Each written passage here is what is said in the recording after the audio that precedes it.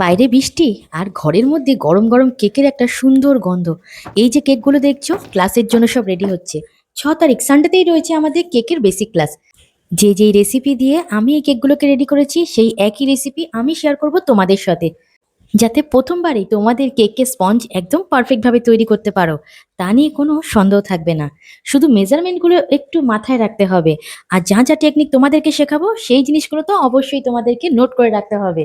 Batter আমার ready, আর 40 minute থেকে 45 minute পর সব কেক বেরিয়ে আসলো গরম গরম। গরম কেক একদম কিন্তু ডিমোল্ড করা যাবে না। গরম কেককে ভালো করে ঠান্ডা করে তারপরেই করবো ডিমোল্ড। আর দেখো কত সুন্দর স্পঞ্জটা রেডি হয়েছে। আর এই কেকগুলো দিয়েই সেদিনকে দেখানো হবে কেকের সব রকম ডেকোরেশন। তাহলে দেরি কেন? তোমরা যারা কেকের বিজনেসের মধ্যে আসতে চাইছো আর আমার কাছে কেকের ক্লাস করতে চাইছো, স্ক্রিনে দেওয়া নাম্বারে হোয়াটসঅ্যাপ অথবা কল করে আমার সাথে ডাইরেক্ট যোগাযোগ করে নাও। প্রথমে দেখতে পাচ্ছ চকলেটি একটা স্পঞ্জ, যেটা দিয়ে বানানো হবে ডল কেক। তারপরে হচ্ছে একটা হাফ পাউন্ডের, তারপরে হচ্ছে একটা লাভ শেপের মোলের মধ্যে করা হয়েছে।